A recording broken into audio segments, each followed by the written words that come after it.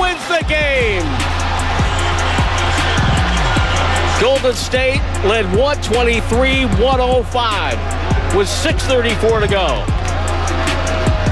They score 4 points the rest of the way, outscore 25-4, and lose the game. It's time for Warriors Wrap-Up. We'll bring you into the locker room and hear from Coach Kerr and the players. Highlights from the game. Warriors Wrap-Up starts now. Well, that was a disaster. The Warriors led by as many as 18 points with 6 minutes and 35 seconds left in the fourth quarter, and they go on to lose at home to the Denver Nuggets. It was 123-105. Golden State led when Andrew Wiggins scored with 6 minutes and 40 seconds left in regulation, and then Denver closed on a 25-4 run, and they walk out of Chase Center with a win. They stole a win from the Golden State Warriors, or the Warriors simply gave one away. Whichever way you want to look at it, it's all fitting to describe this Warriors loss. Welcome into Warriors Wrap-Up here on 95.7 The Game. Mark Randy with you for a while, I hope. Want to hear from you all night long here on Warriors Wrap-Up as we try to get through this loss together. The Warriors have had a number of frustrating, upsetting, disappointing, Bad, terrible losses this season. This one takes the cake, and it's not particularly close. This is the Warriors' 7th loss of the season when leading by 10 or more points at any point in the game. Their 4th loss of the season when leading at any point by at least 18 points, and it's their largest blown lead at Chase Center this season. And the dichotomy of how this team looked in the third quarter to the fourth quarter just makes it even more painful. If you were a Warrior fan coming into this game and you told me, you heard the Warriors were going to lose by a last-second buzzer beater by Nikola Jokic, you'd say, wow, the Warriors were in this thing, huh? They had a chance to knock off the defending champs. They built off a nice performance from Tuesday against Orlando, and they nearly knocked off the best team, one of the best teams in the NBA. And you might, come out of that result with a little bit of positive energy, right? But not the way this went down. The Warriors put together a vintage third quarter. They outscored Denver by 20 points in the third. They put up 44 points. Denver only 24. And then the fourth quarter, specifically the final 6.5 minutes of the fourth quarter, the you-know-what hit the fan, and the Warriors could not score. They score 4 points over the final 6+ minutes of this game, and again, they suffer their worst defeat of the season. Warriors wrap up here on 95.7 The Game. Mark Randy with you. Again, I want to hear from you, so give me a call, 888-957-9570. Phone lines are already filling up, so if you want to get in now. Tim and John, I'm coming to you here in just a moment, so hang on tight as we get rolling on Warriors wrap-up. A couple other notes to just get to. First of all, the Warriors in the third quarter were absolutely dominant. It was led by Steph Curry offensively. Klay Thompson was hitting some shots, specifically early in the quarter. Jonathan Kuminga had himself a nice third quarter. Brandon Podziemski was everywhere defensively. He scored 9 points in the quarter, got the Warriors going on the defensive side of the ball as well. He did some of that in the fourth quarter. I mentioned Jonathan Kuminga. He checked out with about 6.5 to go in the third quarter, did not play the rest of the game. We can get into that. Why did Jonathan Kuminga not play over the final 18 minutes of this game? It's kind of a head-scratcher. I have a theory. Steve Kerr has talked as well. I'll let you know what he said about that. Moses Moody, another DNP today. DNP CD did not play. Coach's decision for Moses Moody. I thought he could have been of use in this one for the Golden State Warriors, despite the fact that we're going to point towards the offensive issues down the stretch. The Warriors could not get a stop against the Denver Nuggets for much of this game, including the entire first half when they allowed 70 points.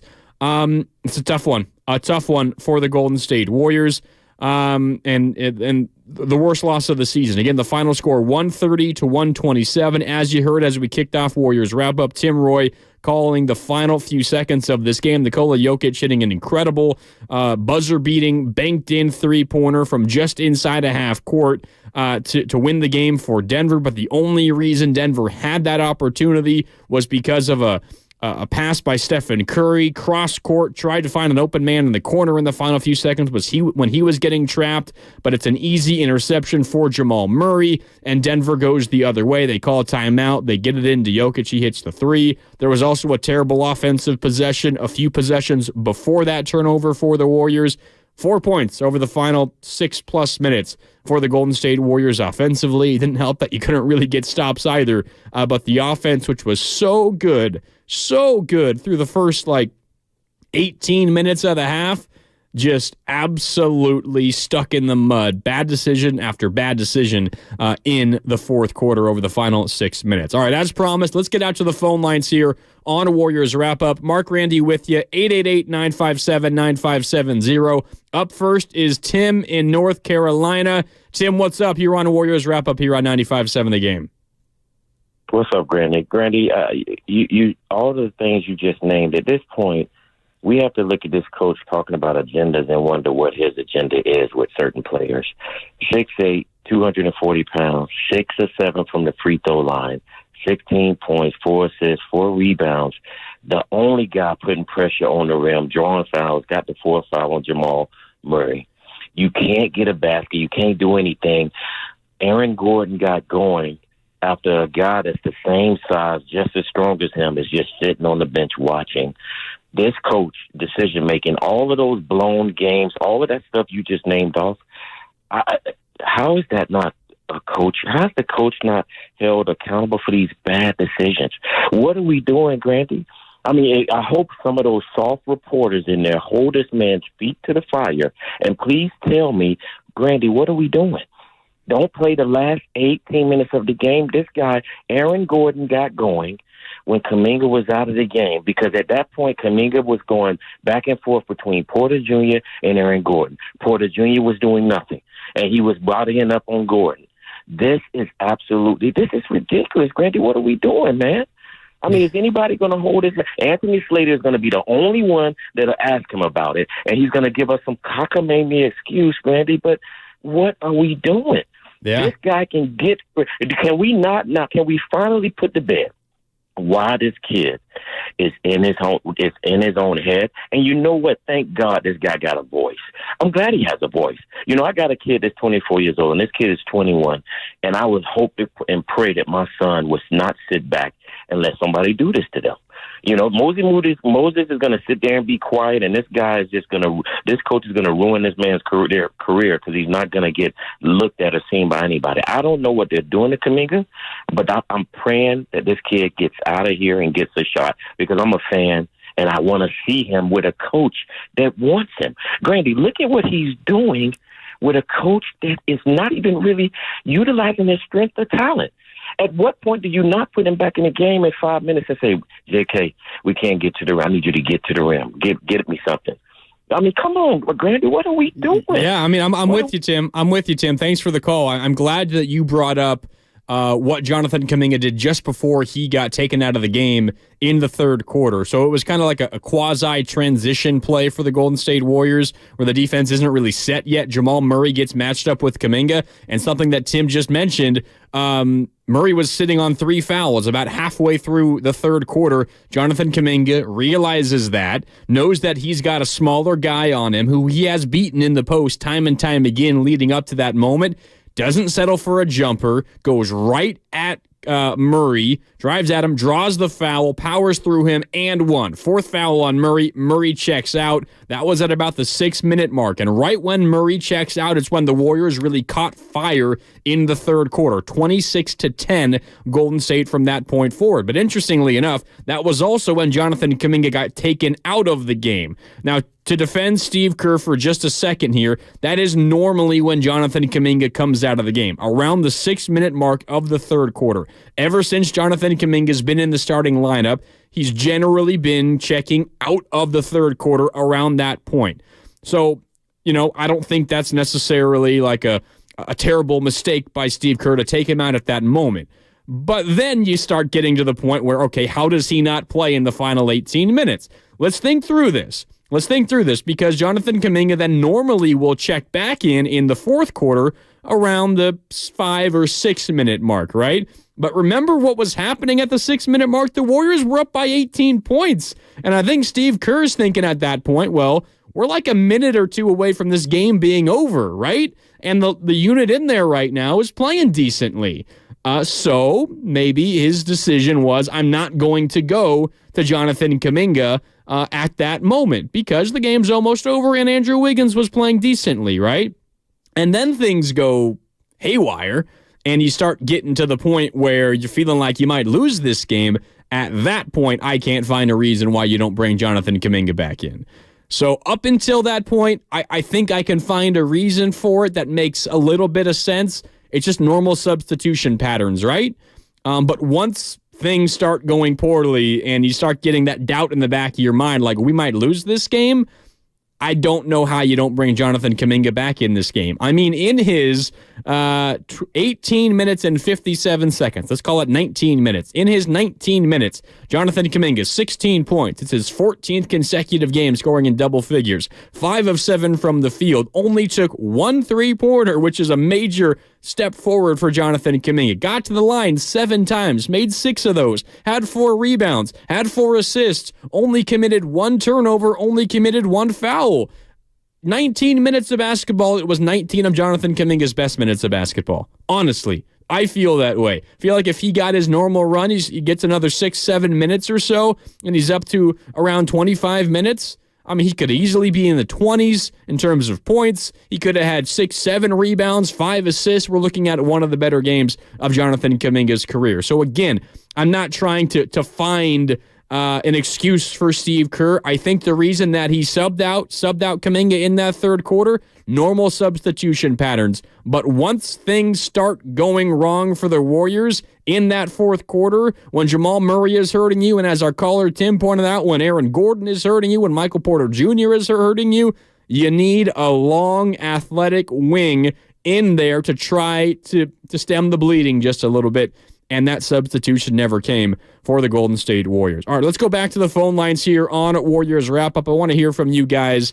Tons of frustration out there in Dub Nation. I want to hear from you all night long. 888-957-9570. It's Mark Randy with you here on Warriors Wrap-Up. Up next is John in Modesto. John, how you feeling after that Warrior game tonight? Man, I am really frustrated. I was at the game, and I was literally screaming to put Kuminga in because in reality, the defense that he brings to the table, it's criminal. It's criminal what they're doing in terms of the not allowing him to be able to play. And they need, like what you mentioned, it's a guy that needs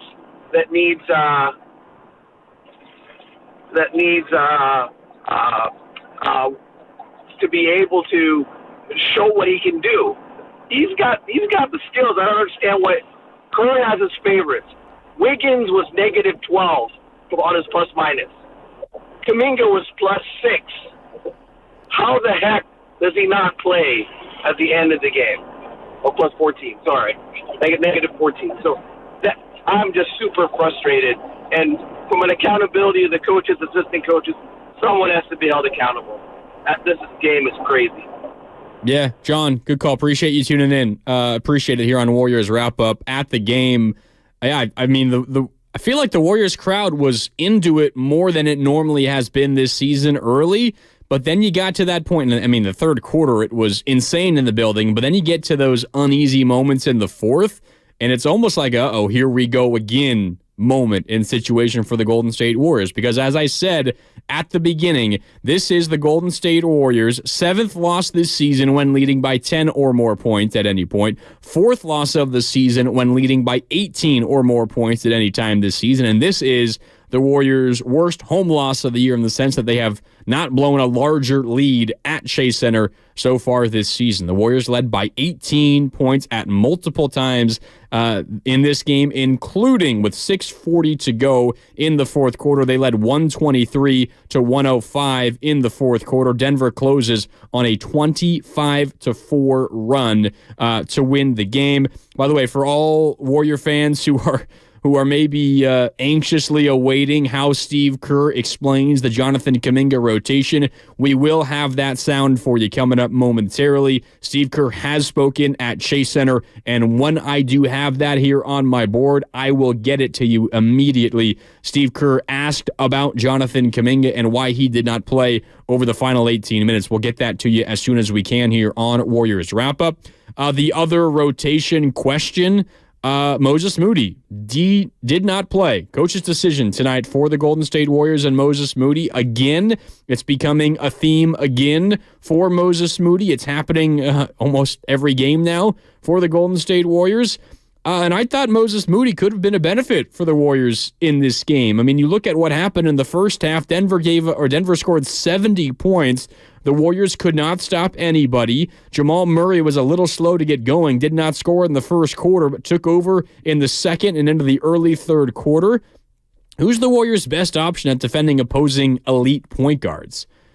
I mean, do you trust Klay Thompson at this point anymore? I don't think so. Brandon Podziemski's a quality defender, but he's a rookie. That's unfair to expect that much from him there.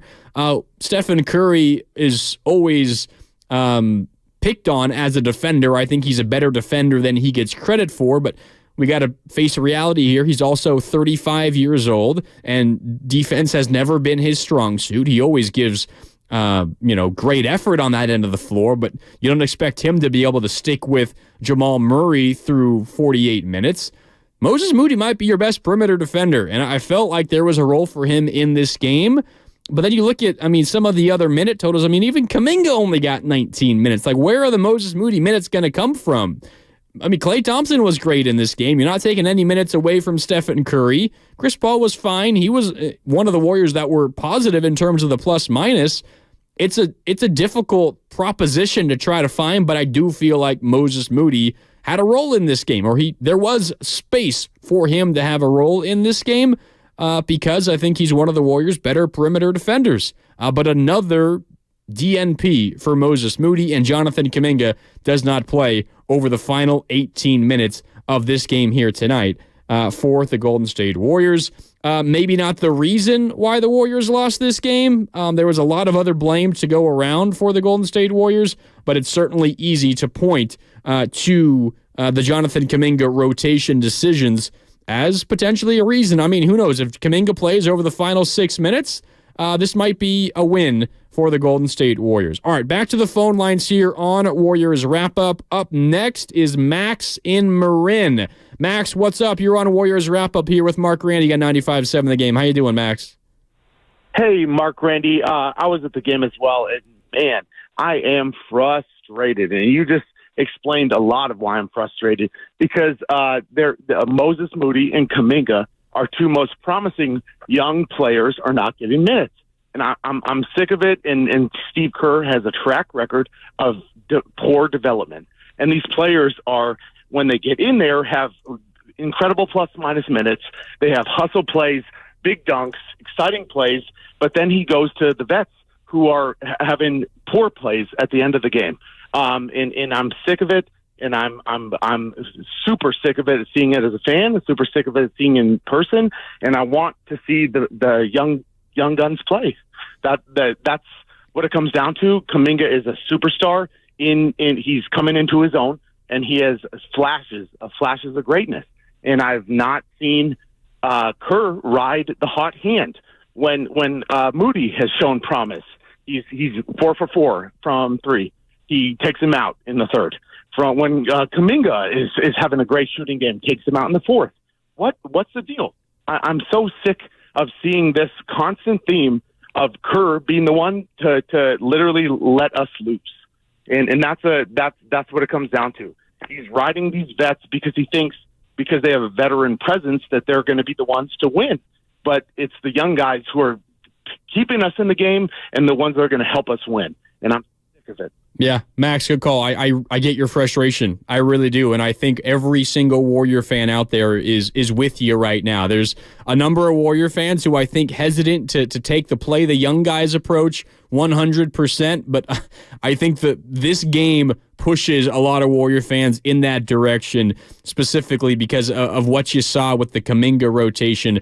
And speaking of, I do have Steve Kerr's answer to that question. Why didn't Jonathan Kuminga play over the final 18 minutes of this game? Let's just set it up, though, really quickly. What happened? Remember, in the third quarter, Jonathan Kuminga in the game, a transition take against Jamal Murray. He forced Jamal Murray to pick up his fourth foul. He got an and one. At that moment, it was the moment the Warriors took off, right? They go on a 26-10 run to close the third quarter as a result of Jamal Murray picking up that fourth foul, which was drawn by Jonathan Kuminga. Kuminga then gets subbed out as he normally does around that stretch. The Warriors continue playing well without him.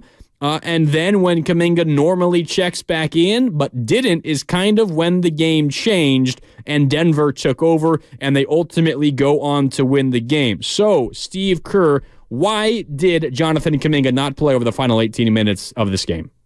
Yeah, he was playing great, and his normal time to go back in would have been around the 5-6 minute mark. And Wiggs was playing great, and we were rolling. We're up 18, 19, whatever it was, and so we just stayed with him. And then at that point, it didn't feel like it was the right thing to do. He'd been sitting for a while, so I stayed with the group that was out there.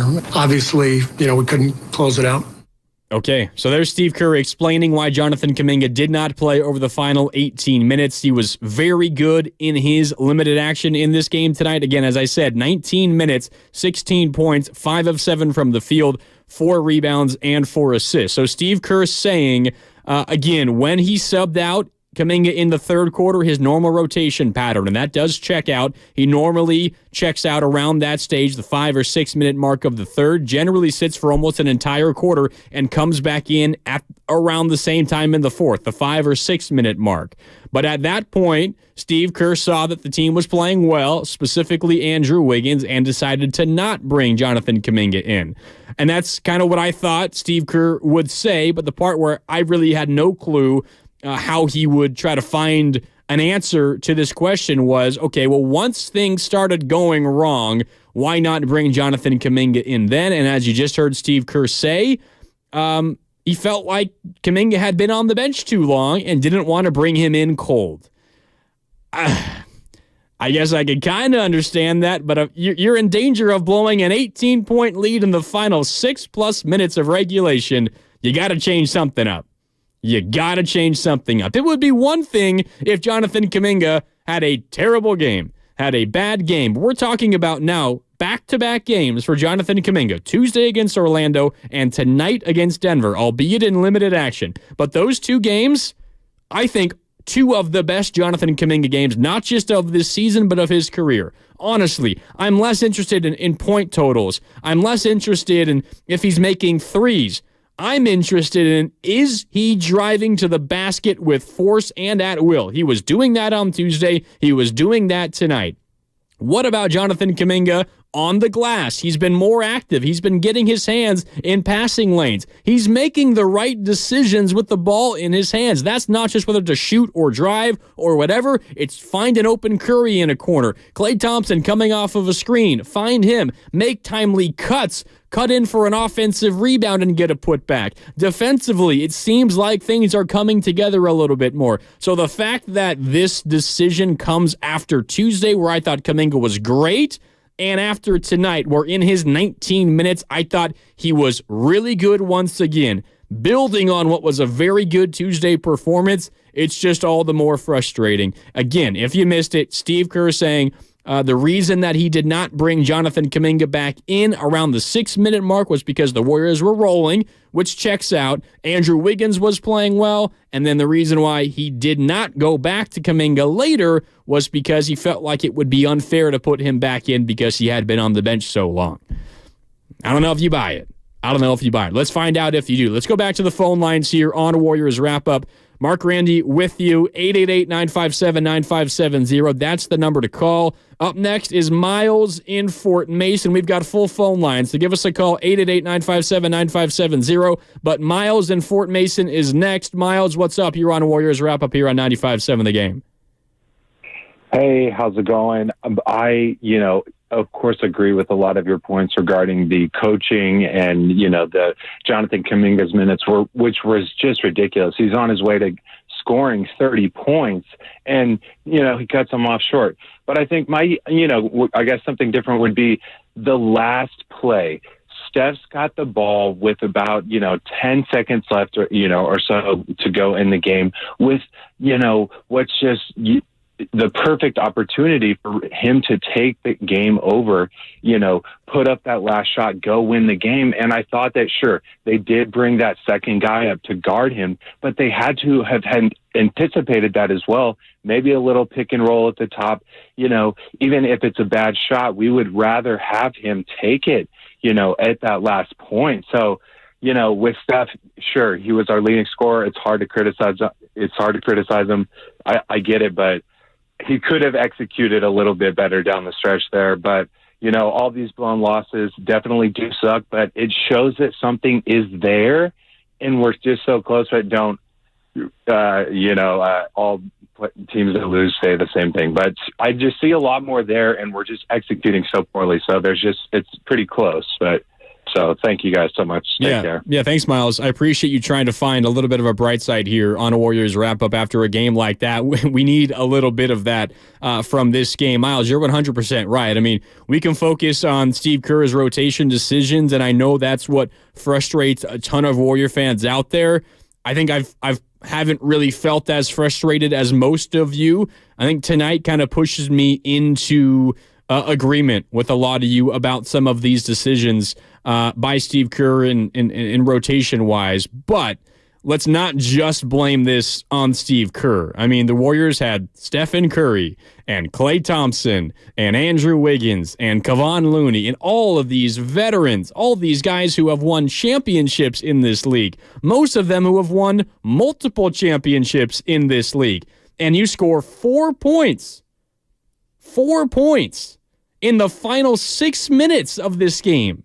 We talked about it earlier. The Steph Curry turnover on the Warrior, what turned out to be the Warriors' final offensive possession. In a tie game, Stephen Curry getting doubled and trapped deep in the left wing, tries a skip pass all the way to the right corner. Jamal Murray is just kind of hanging out, not exactly right in the passing lane, but close enough to make an easy steal. Certainly a bad decision by Stephen Curry. It gets stolen by Murray. They call timeout. It ends in the Nikola Jokic made three-pointer from just inside half court, banked in at the buzzer. The Nuggets win.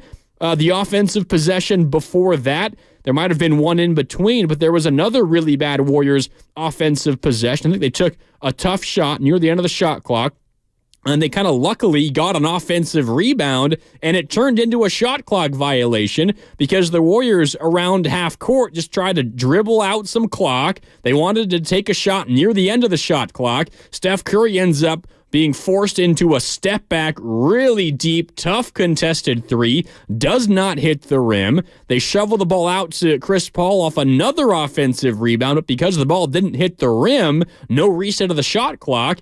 Shot clock expires, a turnover, and the ball goes right back to Denver. They get a bucket, and they're even closer in this game. So we can spend all night talking about Kuminga and Moody and the rotation decisions, and I'm right there with you. It's frustrating as heck, but we also got to hand some of the blame to these veterans. I mean, who was on the floor that blew an 18-point lead?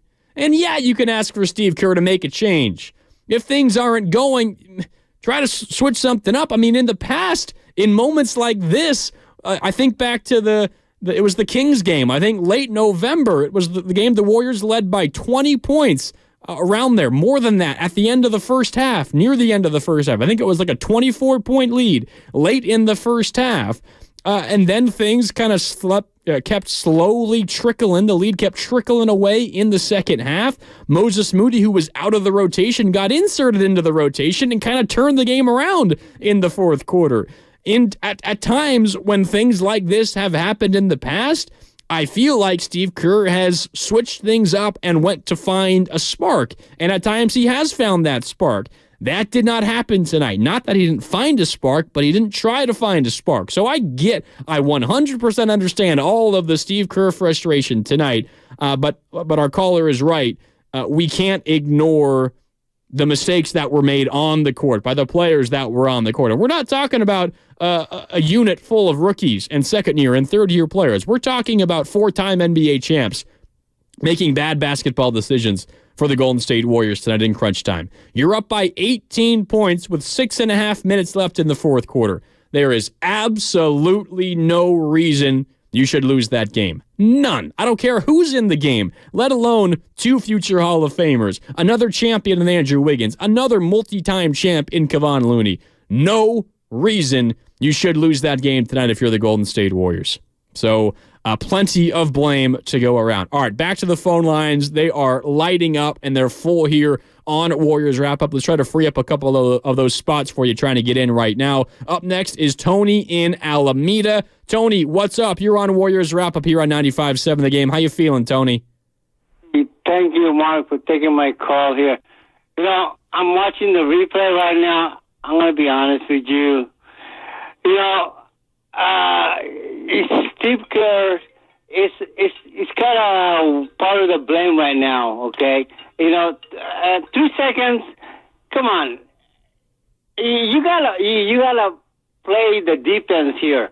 I mean, you don't have time to go into the paint. You got to just watch for someone shooting from the outside, okay? And sure enough, and this Joker, okay, he shot that. And he does that a lot of times. They should have known that. Okay, forget about that. Also, Looney, I'm so sorry. He could be magic now and then. He makes you happy and cry. But this guy's got to go. I'm dead serious. Okay, we were up by 18 points. Him and, what's his name? Kuminga is okay, but I know a lot of people is praising him. Kuminga is not the real guy. He's been there for 3-4 years now, or whatever. He's not developing right now. I'm waiting for him to develop like Kawhi Leonard, okay? And he's not the guy. Looney, he needs to go. In 3 seconds, he's up there. What is he doing? They should have doubled up. They should have doubled up on Joker. Anybody out there, 3 seconds, it's not enough time to go throw it out there under the rim, especially it's outside on 3-point. You got to double up. Yeah, Tony. I mean, Kevon Looney and some others, I'm with you. There's not a lot of pretty play for the Warriors in that fourth quarter. And as I said earlier, there's a ton of blame to go around. All right, 888-957-9570. That's the number to call. It's Warriors wrap-up here on 95.7 The Game. The Warriors fall to the Denver Nuggets 130-127. And I think what clearly takes the cake for the most disappointing, the most frustrating, the worst Warriors loss of the season. The Warriors led by 18 points with just barely over 6.5 minutes left in the fourth quarter, and they lose in regulation. Absolutely inexcusable performance from the Golden State Warriors just after you felt like they turned a corner, right? On Tuesday against a very good Orlando team. The Warriors led for most of the game. You kind of felt comfortable throughout most of that game, and they got a win, snapping a 3-game losing streak. You feel like they got a little bit of confidence, mojo back, right? And then they scrap and they claw with Denver through the first half, despite the fact that they allowed 70 points in the first half. They're right there with Denver, trailing by only 7, and then they put together a classic, vintage third-quarter dubs.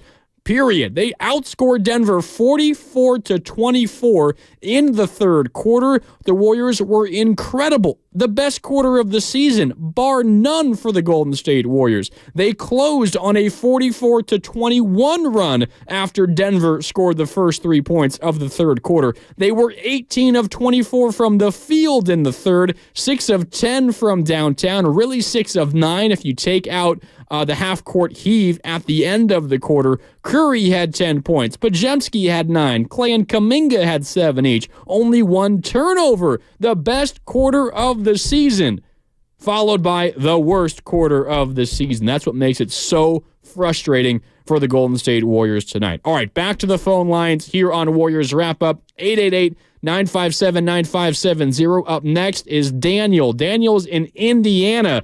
Daniel, what's up? How you doing here on this Thursday evening? I could be doing better, man. I'm sure we could all be doing better. Yeah, I'm with you, Daniel. True.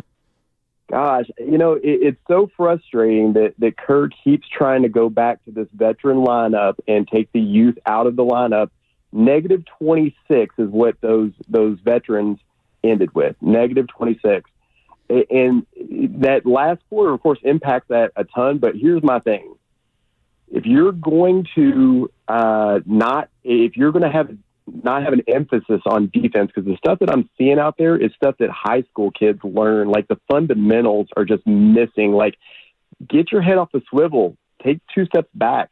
Look.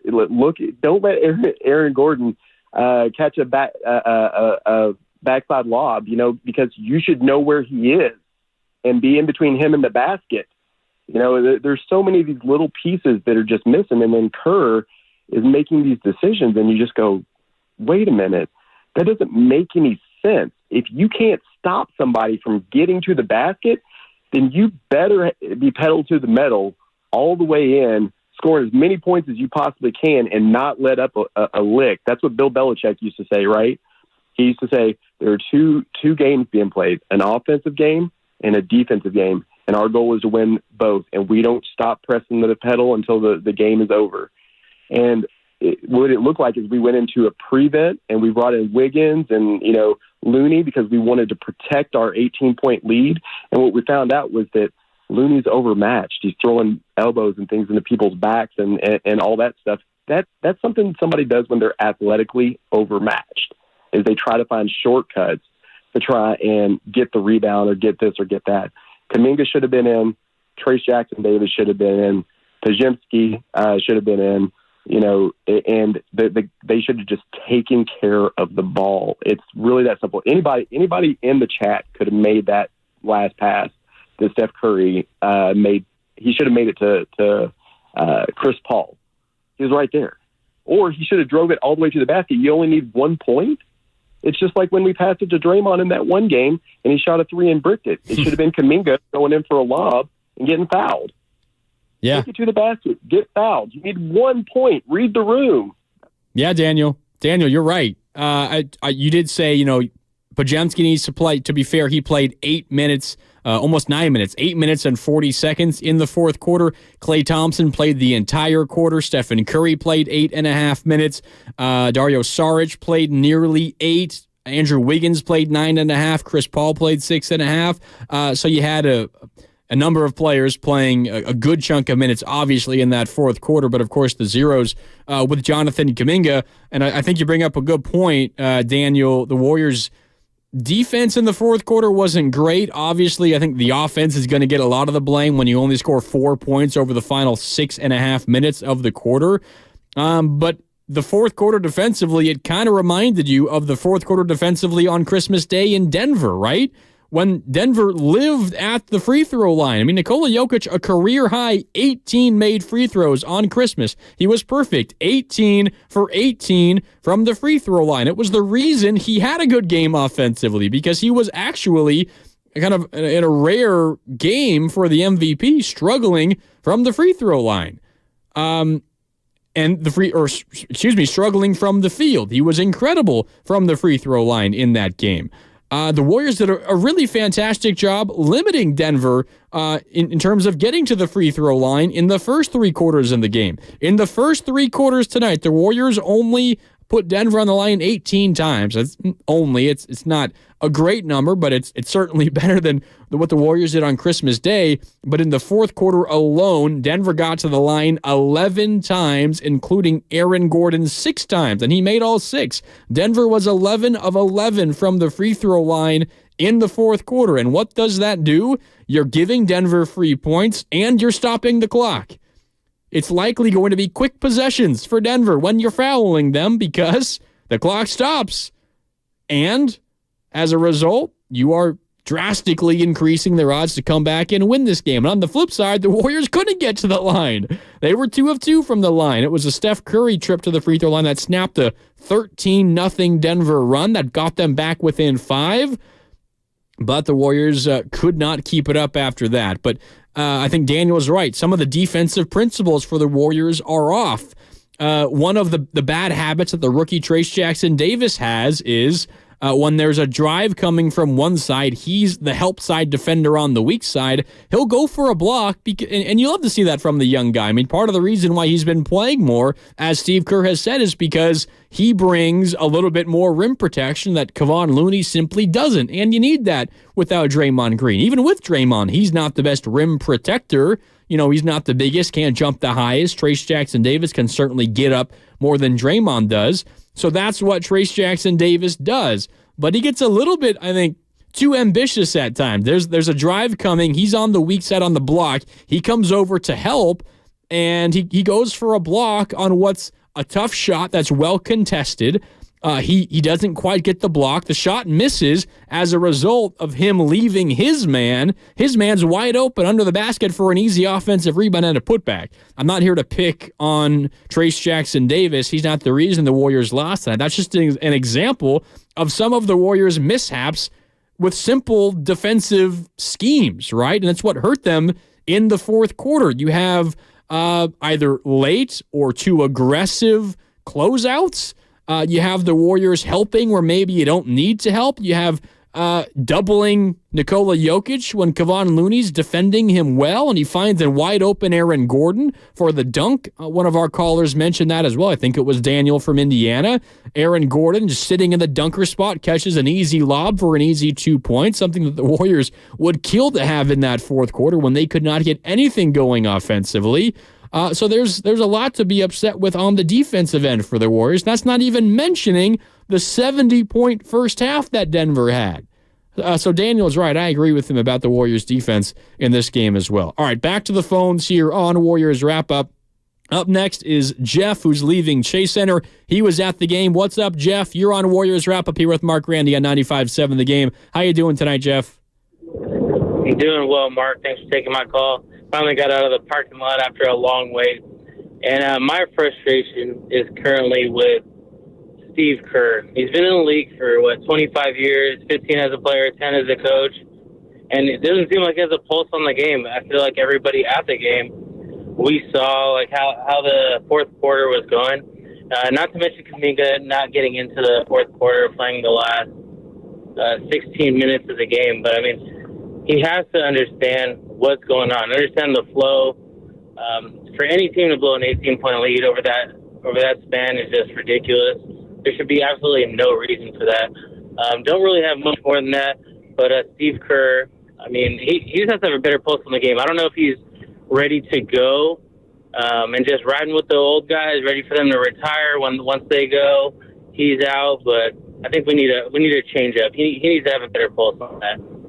Yeah, good call, Jeff. Thanks for tuning in here on Warriors Wrap Up. You can give me a call, 888-957-9570, as we'll keep going here on Warriors Wrap Up, reacting to this loss and taking your calls. The Warriors fall to the Denver Nuggets tonight. Final score 130-127. The Warriors led by 18 points, 123-105 with 6:40 left in the fourth quarter. Felt like the Warriors were on their way to their best win of the season, and a really important one at that. Denver immediately goes on a 13-0 run. They ultimately close on a 25-4 run, and they win the game with a Nikola Jokic heave from just inside half court that banks in at the buzzer, and they escape San Francisco with the win. Denver does 130-127. Something that I just saw on our YouTube chat. I'm keeping an eye on that as well. Powered by First NorCal Credit Union, youtube.com/957 The Game. Sadiel, shout out to Sadiel, says Kuminga was the only player going to the line for the Warriors, it seemed like, and yet Kerr pulls him out. That's a good point, Sadiel. I was talking about the free throw line and how that hurt the Warriors in the fourth quarter. Denver 11 made free throws in the fourth quarter. The Warriors only 2. You look at Kuminga in the game tonight for the Golden State Warriors, 16 points in 19 minutes, 7 free throw attempts. He had 7 of the Warriors' 16 attempts from the free throw line, so nearly half, and he made 6 of them. Kuminga has at times struggled from the free throw line this season. He was good in that regard tonight. I think that just adds to the frustration for what happened in that fourth quarter for the Golden State Warriors. You just need something, right? You need a stabilizing force. You need something to change.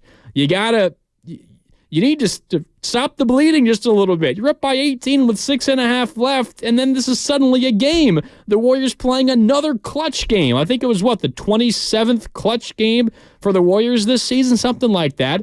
Clutch games defined by any game that's within 5 points in the final 5 minutes of regulation or overtime.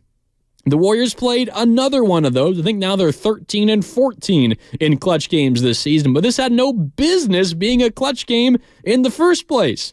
And maybe Jonathan Kuminga coming in and getting some run in the fourth quarter would have changed that. We'll never know, but we'll see how Steve Kerr does adjust from this point forward, because there's a lot of adjustments needed after a performance like this for the Golden State Warriors. All right, back to the phone lines here on Warriors Wrap Up. The lines have been busy all night long.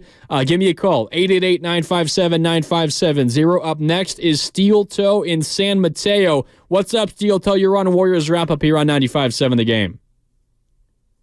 Thank you, Grandy. I appreciate it. I actually think it's 100% all Steve Kerr's fault. I mean, Denver attacks the paint, and they get to the free throw line, and they shoot threes. Steve Kerr's got an ego. He does not like to shoot free throws, does not like to shoot paint, doesn't want to go score in the paint. He just wants to shoot all threes and act like he's that kind of a coach that can just survive and win on threes and zero inside scoring. He's cutting Kuminga's development short on purpose because he wants to be a three-point shooter. He does not like power forwards and centers to score. I want him gone. I really don't like Steve Kerr. He should be fired. Thank you. Yeah, thanks for the call, Steel Toe. I just think it's crazy that this season has gone badly enough that that's how a lot of fans feel. I get Kerr frustrations. I don't think I'll ever be on the side of things where I feel like Steve Kerr should be fired or Steve Kerr should not get a new contract with the Golden State Warriors. I don't know if I'll ever feel that way. And maybe all of you out there disagree, and that's 100% fine. But this is a four-time champion as head coach of the Golden State Warriors, led the Warriors to a championship as recently as 19 months ago, a year and a half ago, a little more than that now. And this is what the conversation is right now. It's crazy, and it just shows how poorly this season has gone for the Golden State Warriors. I'm not going to talk about Steve Kerr firing. One of the reasons is, I see on the YouTube chat right now from Sab, you fire Kerr, who takes over? Yeah, that's a great question. Who are you going to replace Steve Kerr with that you feel like is better? That's all I'm going to entertain at this point here on Warriors Wrap Up on 95.7 The Game. But for those of you who maybe joined a little late, you didn't quite hear just yet, Steve Kerr asked post-game why Jonathan Kuminga, who for my money played a really good 2.5 quarters tonight, why did Jonathan Kuminga not play over the final 18 minutes of the game tonight? Here is Steve Kerr answering that question. Yeah, he was playing great, and his normal time to go back in would have been around the 5-6 minute mark. And Wiggs was playing great, and we were rolling. We're up 18, 19, whatever it was, and so we just stayed with him. And then at that point, it didn't feel like it was the right thing to do. He'd been sitting for a while, so I stayed with the group that was out there. Obviously, we couldn't close it out. All right, there's Steve Kerr after the game answering why Jonathan Kuminga did not come back in the game, why he did not play over the final 18. I'm sure Steve Kerr seriously is frustrated by the decision now, looking at how things played out for the Golden State Warriors. All right, we'll go back to the phones in a second. I see you, Ron, also Zach.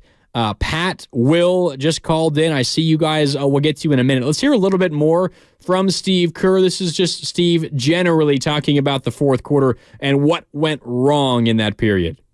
I just give them credit. They really tightened up defensively, and then their guys hit some big shots. They got to the line. I thought Aaron Gordon was fantastic tonight. Really dominated the second half in the paint, especially the fourth quarter. And then Watson hits the big three. That was probably the shot of the game, and they did a good job getting stops. So I feel for our guys. That's a really tough one. Our guys played great. 35 assists and 10 turnovers, and we executed most of the game, but just couldn't score and couldn't get stops in that last 5-6 minutes.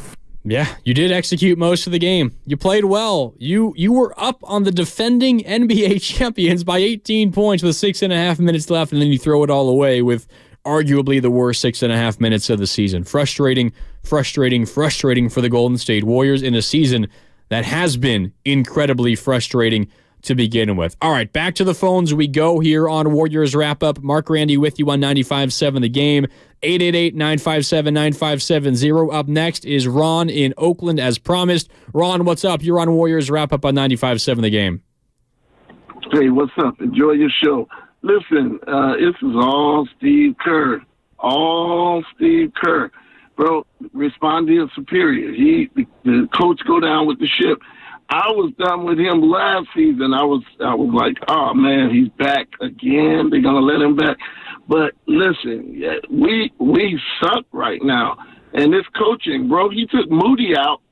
He took Moody out a few games ago when Moody was red hot. He just not making astute coaching decisions, and this can be deconstructed on so many levels. Draymond being out 10 games.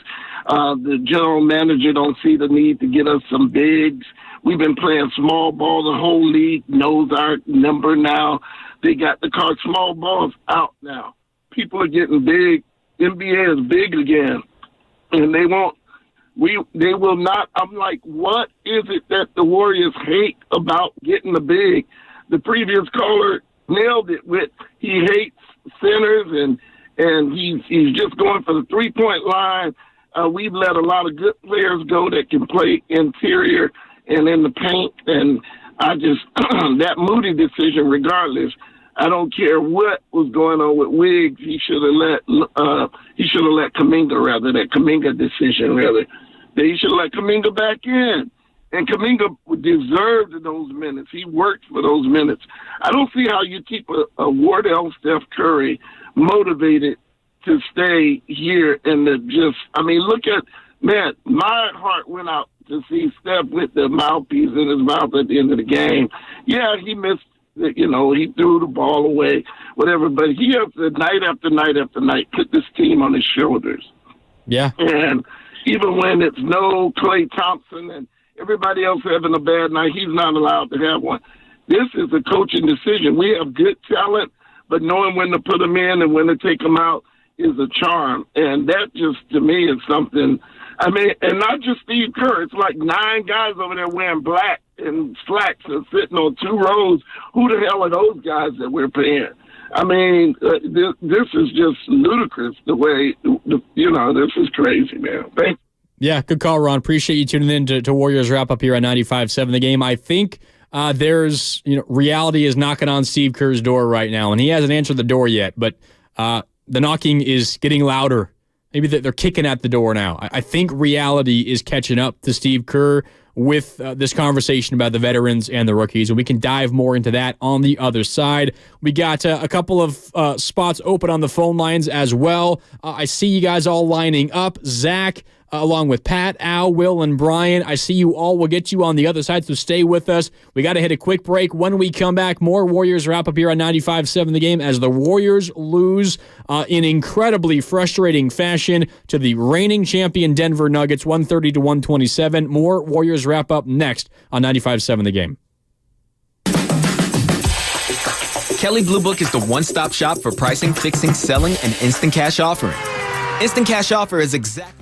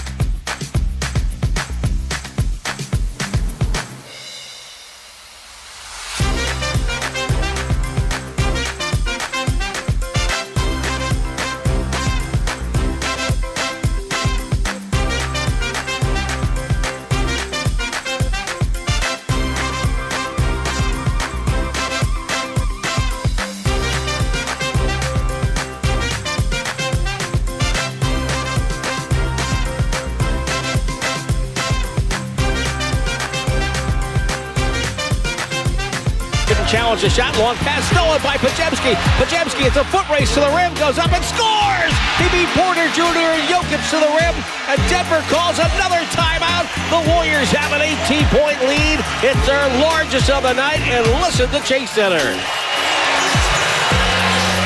Now back to Warriors Wrap-Up on 95.7 The Game. Back when things were looking good for the Golden State Warriors. Brandon Podziemski, a bucket, a steal, and a bucket. Warriors lead by 18 points. You're feeling like they're about to knock off the defending NBA champs. That'll be a great Thursday night in San Francisco. And then what happened? The Warriors blow an 18-point lead with 6.5 minutes left. Denver immediately responds. They go on a 13-0 run to get within 5 points with about 3:20 left in the fourth quarter. They close the game on a 25-4 run. From that moment, and they win on a Nikola Jokic banked-in, buzzer-beating three from just inside a half court to win 130-127 is the final score. Frustrating for the Golden State Warriors. And not even close. The worst loss of the season for the Golden State Warriors. And one of the main reasons why, obviously, that the final 6 minutes were so incredibly difficult to watch, but because you just were treated to the best quarter of the season for the Golden State Warriors. And it felt like finally, after how many games have the Warriors played so far this season? They're now 16-18.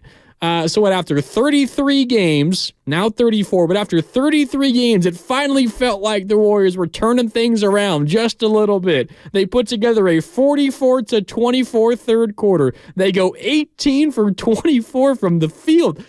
Let that sink in. They made 18 field goals in the third quarter. 18 for 24, 75% shooting in one quarter. They go 6 of 10 from downtown in the third quarter. Really 6 of 9 because one of those was a heave at the third quarter buzzer. But 6 of 10 from downtown. Curry was in double figures. Podziemski had 9. Clay and Kuminga each had 7. They only turned the ball over once in the entire quarter, and they put up 44 points. The best quarter of the season. And it's all for naught. All for naught because the Warriors scored only 4 points over the final 6.5 minutes of regulation in this one, and they get beat by, their own shortcomings, but also the greatness of Nikola Jokic. If you were watching the game on TNT, if you were listening here on 95.7 The Game, however you took this one in, you probably heard this stat, but it's too good to not give back to you. Nikola Jokic over his last 4 games, 39 for 44 from the field. What? Over his last 4 games, Jokic 39 for 44 from the field. Tonight in this game, 34 points, 9 rebounds, 10 assists, 13 of 16 from the field, 6 of 7 from the free throw line, had a couple of steals and a block as well. He was incredible. That's why he's a 2-time MVP, an NBA champ, and might win a 3rd MVP this season. The Warriors got beat by an MVP, but they also beat themselves with the final stretch of that 4th quarter. All right, back to the phone lines here on Warriors Wrap-Up. Mark Randy with you, 888-957-9570. About an hour in here, and we still got a lot of calls to get to. Keep them coming. Up next is Zach in Pacifica. What's up, Zach? You're on Warriors Wrap-Up here on 95.7 The Game. How you doing? Hey, man, right on. Thanks for having me on. I know we've heard a lot about Steve Kerr, these past couple callers, and I think each of them have absolutely nailed it. And I'm just here to say a couple more things. I am so just sick of this guy, man. I think he has the most atrocious rotations. He has no idea what he's doing. And the biggest part for me is Jonathan Kuminga. He is one of our most efficient, most great all-around players on this team. Today he had 16 points in 18 minutes, and there's absolutely no reason for him to come out of this game and not play not sniff the floor in the 4th quarter. Honestly, if I'm Jonathan Kuminga, dude, I would request a trade, and I hope he doesn't, but I mean, for his own good, he needs to get out because Steve Kerr is absolutely ruining this man's career. He's absolutely destroying it. And then, and Kuminga, if Kuminga had a different coach, he'd be an all-star by now, but also with Moody, just giving him random DMPs, he's like not playing, and he's okay. Steve Kerr, inconsistent with his rotations. You can't get any fluidity. You can't get any rhythm with this. The players have to be so confused when they come in and out all the time. It's just, this guy's time is up. I don't know. He doesn't put us in the best position to win. And every game, it's always him in the postgame. Well, I could have done this differently. Every game he says that, and it's the same thing, repeat. His time is done. Got to get him out. Got to fire him. Thanks, man. Yeah, appreciate the call, Zach. I appreciate you tuning in here. Warriors Wrap-Up on 95.7 The Game. 888-957-9570. Seeing a lot of love for that call for Zach on the YouTube chat right now. Also keeping an eye on the Comcast Business text line, as always, here on 95.7 The Game. As I said before we went to break, I think reality has kind of been knocking on Steve Kerr's door for a little bit now, and it's been combination of some of the young guys playing well, and to be fair to Steve Kerr, I mean, Podziemski had been starting for a while. Kuminga is starting. Now, you might argue the only reason Kuminga is starting is because of Draymond Green's suspension, and you may be right, but Steve Kerr has been playing certain young guys a whole lot more than he has in the past. But the other half of this is that he's just been pleading with his veterans to play better, specifically Andrew Wiggins. And that's a big reason why Podziemski was in the starting lineup in the first place. But Steve Kerr has just been holding on to hope that his veterans are going to play better. And I can't really blame Steve Kerr for holding on to that hope, because I think the only chance the Warriors have at being a legitimate championship contender is if Andrew Wiggins plays like he did in the 2022 postseason, right? Like, Clay isn't as good as he was then, even though that was only 19 months ago. You need Andrew Wiggins to be the 2022 postseason Andrew Wiggins. Now, if he continues to not be that, then you have a very easy conversation of, okay, well, He should be dropped down in the rotation. He should be getting fewer minutes. Now, to be fair, he is now. He's not starting. He could be starting, but he's not. He's not starting for the Golden State Warriors at the 3. The Warriors are going with Steph Curry, Chris Paul, and Klay Thompson. Klay is starting at the 3. Wiggins is not. Wiggins could be starting. Steve Kerr has not gone back to that. But he's holding out hope that eventually Andrew Wiggins figures it out once again, maybe to a lesser degree, Klay Thompson. I think this conversation is a lot more about Andrew Wiggins than it is about Klay Thompson. But that's part of what this is for Steve Kerr. But the reality is we're now 34 games into the regular season. We are approaching the halfway point. 7 more games and we're at halfway for this season for the Golden State Warriors. And the reality is Andrew Wiggins is not playing like the Andrew Wiggins you would have wanted, that you had hoped for. So the reality for the Golden State Warriors is, at least it's more likely now, that maybe he doesn't ever get back to that form. And then, as a result of that, what's your best option moving forward? What makes you the best team right now? It might be playing Jonathan Kuminga more. Now, he's starting right now. I get that. But what happens when Draymond Green returns and Andrew Wiggins, as a hypothetical, still is struggling? What happens then? Does Steve Kerr go back to Andrew Wiggins? Does he slot Jonathan Kuminga to the 3, which he hasn't really done a lot of? Does he move Draymond Green to the 5 and start Kuminga at the 4? Does he go ultra small? I don't know. But the reality is that the young guys have been knocking on Steve Kerr's door for a while now. And the knocking is getting louder and louder and louder. Part of the reason is because Kuminga's playing really well. The last 2 games, I said it earlier, I think 2 of the best games of Kuminga's career. Tuesday against Orlando and tonight, albeit not playing in the final 18 minutes, fewer than 20 minutes tonight for Kuminga. Really, really good performances in consecutive games for Jonathan Kuminga. But the other half of this conversation is that the veterans, some of them, have let Steve Kerr down this season. But the talk, the knocking on the door, ringing the doorbell, they're kicking the door down now. You're getting close to that point where the reality is just going to punch Steve Kerr in the face at some point that the veterans, some of them, are not the group that gives you the best chance to win right now. We are inching closer towards that moment, I think, for the Golden State Warriors, as close as we've ever been. And something that our caller brought up was, if you're Moses Moody, if you're Jonathan Kuminga, at what point do you just get frustrated with this? And Jonathan Kuminga's already been frustrated, right? I mean, after the Christmas game in Denver where he did not close, Andrew Wiggins closed in that game. By the way, that was the right decision by Kerr on that day. Wiggins was incredible on Christmas Day.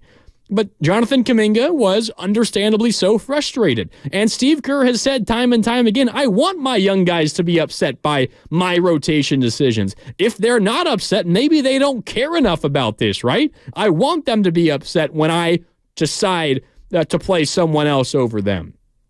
So I think our caller is right. Frustration is going to grow from some of these young players who feel like they're deserving more than what they're getting.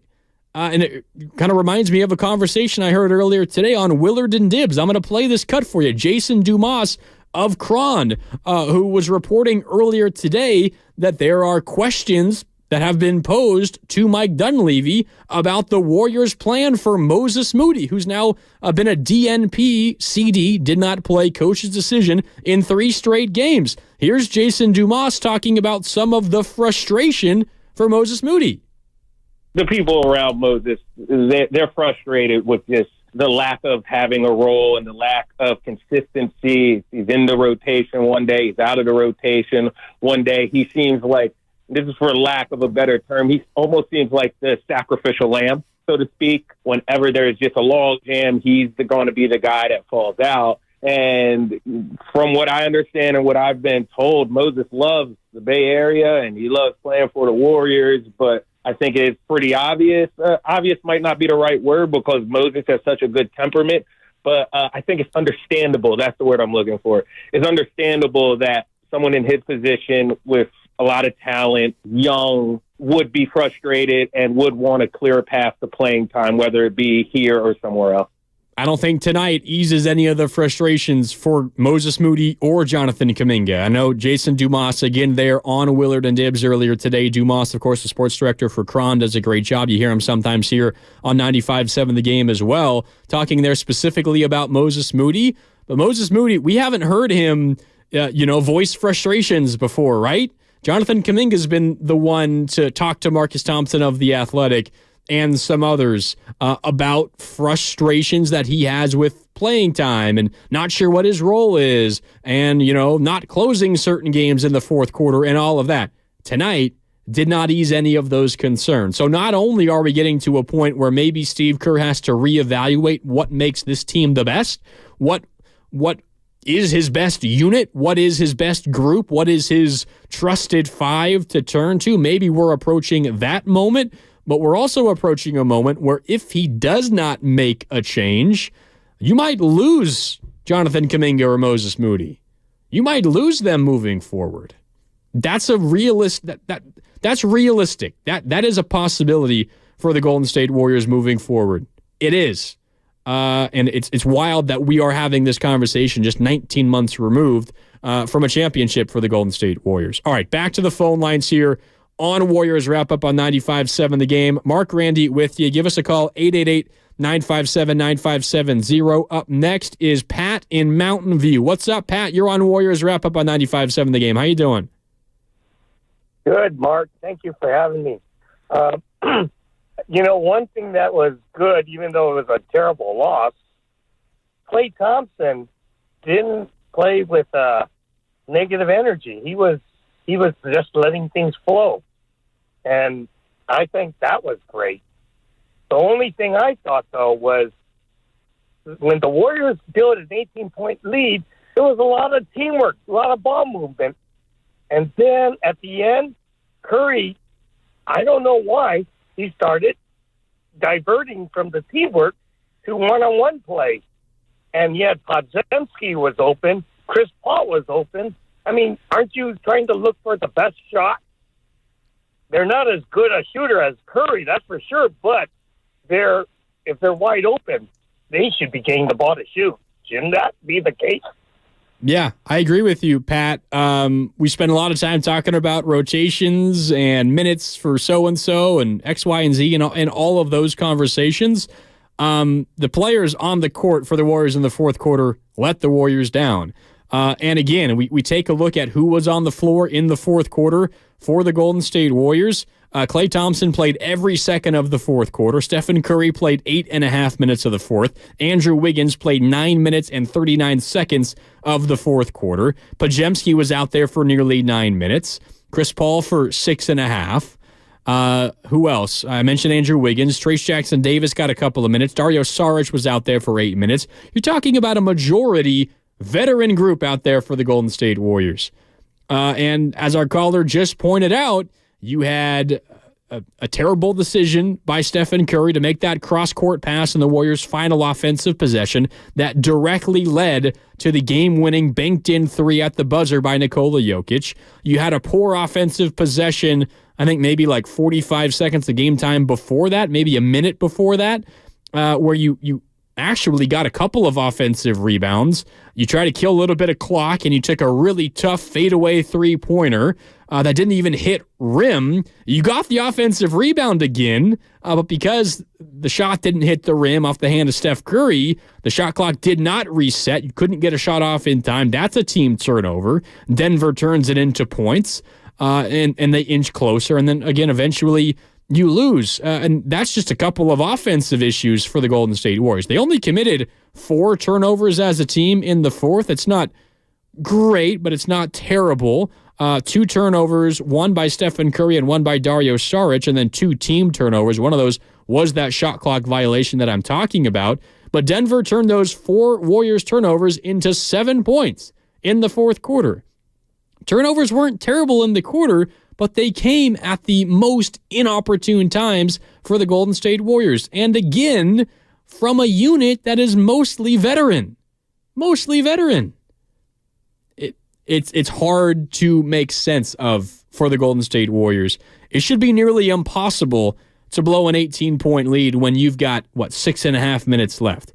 I don't know how you guys do this in your mind, but when I try to find like the line between insurmountable lead to give up, I think back, it was game 1 of the 2013 Western Conference Finals second round, right? It was the Warriors and the Spurs. If you remember this game, it was after the Warriors beat the Denver Nuggets in the first round. This was the beginning of this era of Warrior basketball, though it was Mark Jackson as the head coach, but the beginning of Steph, Clay, and Dre as a trio, right? They made the playoffs. They were the 6th seed. They upset Denver, the 3 seed, with Andre Iguodala on that team in the first round.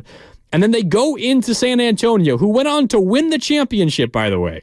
They go in, or I think, no, that year they lost to Miami in the finals. They beat Miami the year after. Regardless, a great San Antonio team. And you go into San Antonio, a place the Warriors hadn't won in since like 1980 or whatever. Like it had been forever since the Warriors had won in San Antonio. And they have a 16-point lead with 4 minutes left. 16-point lead with 4 minutes left, and they found a way to lose that game. I think Jarrett Jack missed a couple of free throws. Richard Jefferson with some bad moments. Kent Bazemore, shout out Kent Bazemore, had bad moments. But that's like the line I use when I think about leads that you absolutely should not give up. It's about 4 points a minute, right? 4 minutes, Warriors were up by 16, game 1 in San Antonio, and they lost that game. That game went to overtime, and they lost. Tonight, the Warriors were up by 18 with about 6.5 minutes left. So if you're to follow that line that I kind of use ever since that fateful day, in like April in 2013, about 4 points a minute.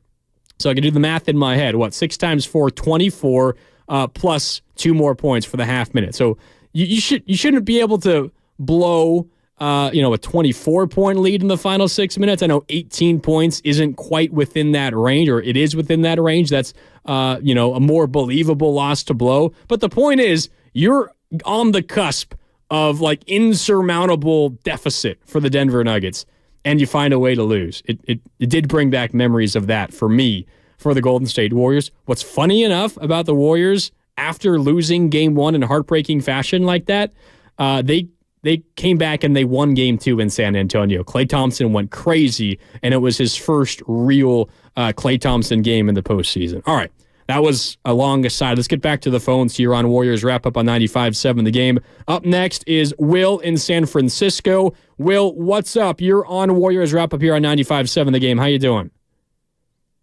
Good. How about you? Thanks for having me on.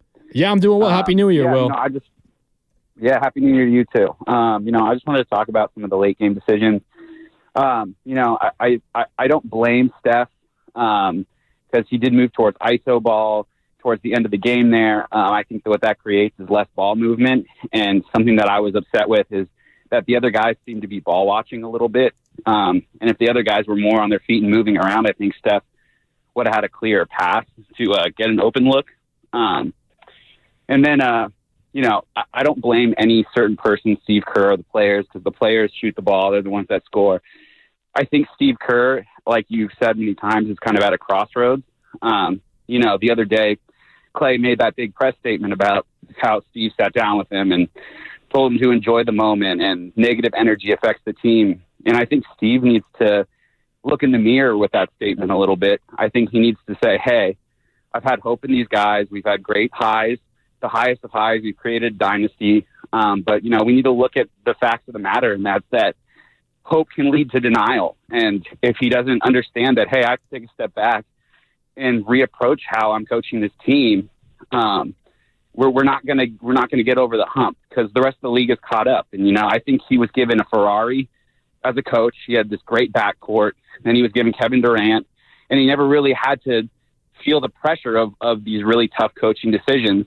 And now that they're kind of in the twilight of their careers, I think Steve needs to say, hey, maybe I need to reassess this, because maybe my energy is ruining the energy of these young guys that have a chance to really succeed in this league. I think the big hope and like the silver lining of this all is, like you said, we've had 27 clutch games. And that means that we're running with the best of them. And if Steve doesn't want to change his ways, I think if Dunleavy can make some big calls and, maybe make a midseason trade and get a piece or two that can kind of equalize those late game woes that we've been having and kind of force Steve's hand to say, hey, if you don't want to play these guys, then, I'll trade Andrew Wiggins or I'll do this, so that we're kind of forced to bring in some young talent that can really equalize and calm the game down and give these other guys a rest so that Steph can make those shots in the end. So Klay's legs are a bit fresher to make those shots. But overall, I don't think this is like a red alert.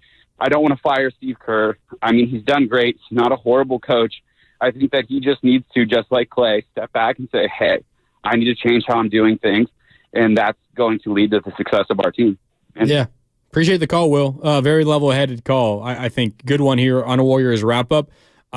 You're right. I think you used a good phrase there. Steve Kerr is at a crossroads. I use the, reality's knocking on the door metaphor, but I like crossroads as well. It feels like Steve Kerr is getting to a point where he has to make a decision about what is best for this team, because I feel like the reason why he's been sticking with the veterans, and I can't really blame him for it, is because he assumed, and why wouldn't you, that your team is going to be better when you play your veteran, more proven players, right? Like, you're probably going to be better when you play your guys that have won you championships in the past, right?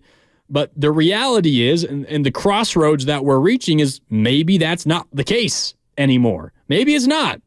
Maybe it's not. And it's not like we're just reacting to just this one game tonight. And by the way, the veterans weren't bad tonight. They really weren't. Klay Thompson, who the caller brought up as a result of that conversation he had with Steve Kerr, where Klay, talked about his bad negative energy and how it's bringing the team down. He's got to be more aware of that. Klay had 24 points, 9 of 18 from the field, 4 of 10 from downtown. Was great in that. I think it was the second quarter when he hit 3 of his threes. I can double check on that for you. It was the second quarter when he was 3 of 5 from downtown, and they were all in rapid succession. Like, Klay was good, and he was under control. He was making the right decisions, did not turn the ball over once. He had 3 rebounds. He had 3 assists. He shot 50% from the field, 40% from downtown. Like, Klay was good. Stephen Curry, we talked a lot about some of those turnovers down the stretch, but he scored 30 points again. Ho-hum for Steph, 30 points, 11 of 23 from the field, 5 of 12 from downtown, had 4 rebounds, had 6 assists, only 2 turnovers. One of them just happened to come at the worst possible moment. But, Steph Curry was good today. Chris Paul, 9 points in 30 minutes. But, you're not playing Chris Paul for his scoring. Also had 4 rebounds and 6 assists. Did not turn the ball over once. Chris Paul by no means was bad. Andrew Wiggins, the plus-minus doesn't look good. He was minus 14. Now, the reason his plus-minus does not look good was because he was on the floor during that fateful 6.5-minute stretch to close the game. But he was 5 of 10 from the field, 11 points, had 3 rebounds. He wasn't bad by any stretch either. Like, the veterans weren't bad tonight. Dario Saric was great off the bench, right? 5 of 10, 13 points. How many times would he just dominate the Nuggets in the paint? When Jokic was out, Saric would come in, and Saric would take whoever it was guarding him, whether it was Zeke Naji or, a smaller Christian Brown or even Aaron Gordon, Michael Porter Jr. It didn't matter. Saric was good. Like, the veterans were good today. But the larger picture is they're not winning you basketball games right now. So when do you change up the strategy? When do you change things up? And I feel like a loss like tonight, again, even though the veterans weren't bad tonight, a loss like tonight pushes Steve Kerr in the direction of, all right, maybe I got to change things up here because this just simply isn't working. All right, a few more phone calls to get to before we do wrap this up on Warriors Wrap-Up. Up next is Al in Alameda. What's up, Al? You're on Warriors Wrap-Up on 95.7 The Game. How you doing, Al? Yes, hi. Thank you for taking my call. Yes, right away, I'm going to bring this up before I go to my main menu here. We need a big man, bottom line. Big man, bottom line, okay? Okay, tonight's game, we were up, 16, 18 points. And it went haywire. Okay, we could have won that game, or we should have won that game. And unfortunately, people saying Steve Kerr, that's his fault. Come on, it's not really his blame there. Okay, We have players out there who didn't really step up. Curry, he made that mistake there. We could have made it up. But the defense in 3 seconds, we could have doubled up on Joker. That's the bottom line right there. Double up on him in 3 seconds, okay? That's what I take. Thank you for taking my call.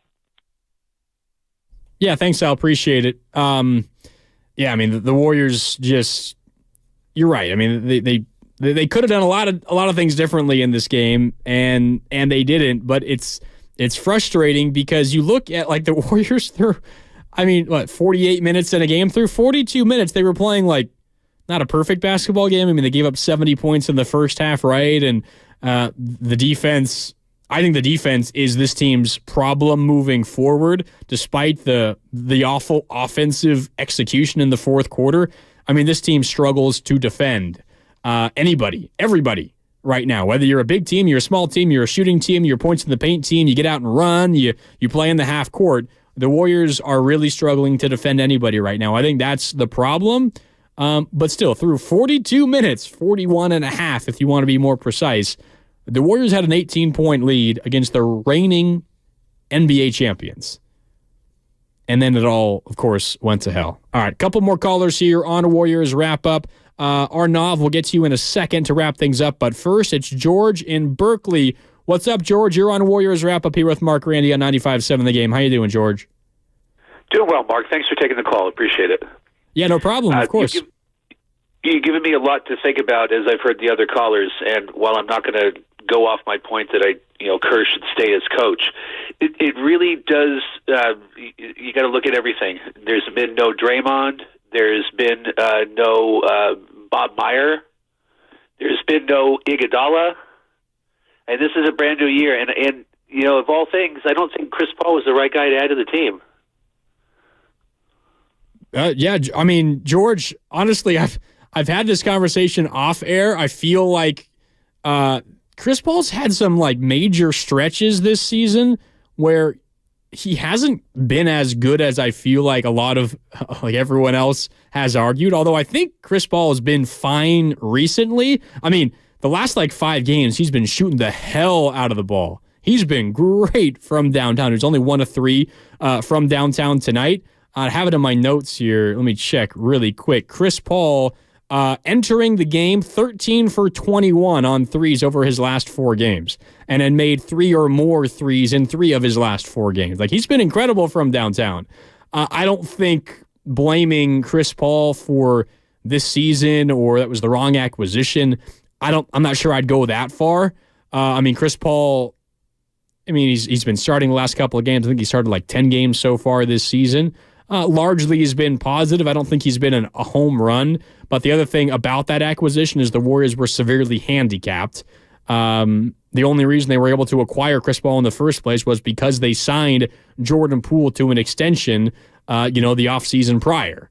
And you didn't really have a ton of options to go out and get someone because you had to move someone off. And what is Jordan Poole worth across the league? Whatever. That's a conversation for a different day. I would disagree with you, though. I don't think I am looking at the Warriors' struggles this year and pointing to Chris Paul at all. All right, last call, and then we'll get out of here in a couple of minutes. It's Arnav in San Jose. Arnav, bring us home. How you doing tonight? I'm doing good. Or I was doing good. But how are you guys doing?